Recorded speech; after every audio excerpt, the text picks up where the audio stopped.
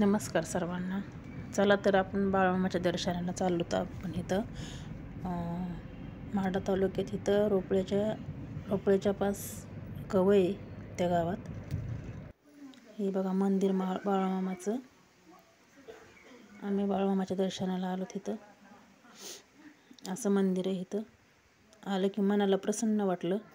हे बघा परिसर असा आहे बाळूमामाच्या मंदिरात. तिथला खूप गर्दी असते इथं रविवार दिवशी आणि आमुषाला. जर रविवारी आम्ही आज उशिरा आलो होतो. इथं बघा जेवणाची सगळी सोय आहे.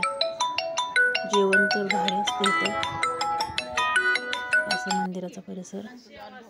हा एक मुलगा आहे, काय ते नाव सांगितलं त्याने, घोटी का काहीतरी. तर त्याने आईसाठी मन्नत मागितली होती, माझ्या आईला बरं वाटू दे, मी खेटे करेल 5 म्हणून. पहिल्या खेट्याला त्याच्या आईला बरं वाटलं.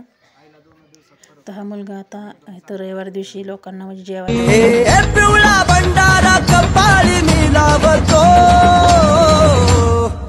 माझ्या बाळू मामाच्या नावानं चांग भलं मी बोलतो, माझ्या बाळू मामाच्या नावानं चांग भलं मी बोलतो.